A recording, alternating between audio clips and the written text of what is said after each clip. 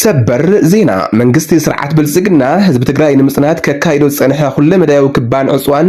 ብድሮንን ተልኣኽቲ ዕጡቃትን ከብጽሑ ጸንሐ መጥቃዕቲ ናብ ዝለዓለ ብራኸ ብመውሳድ 25 ሓምለ 2018 ዓመተ ምህረት ካብ ወጋሕታ ጀሚሩ ኣብ ዞባ ምዕራብ ትግራይ ብኣንፈት ሸረሪና ቁሉዕ ውግእ ጀሚሩሎ ክብል ብዶክተር ደብረጽዮን ገብረ ሚካኤል ዝምራሕ ጉጅለ ህወሓት ከሲሱ ብዶክተር ደብረጽዮን ገብረ ሚካኤል ዝምራሕ ጉጅለ ህወሓት እዚሉ እንተኸሰሰ ገለ ኣባላት እቲ ዕጡቕ ጉጅለ ንሻዶው ሚድያ ከም ዝገለጹ ወግና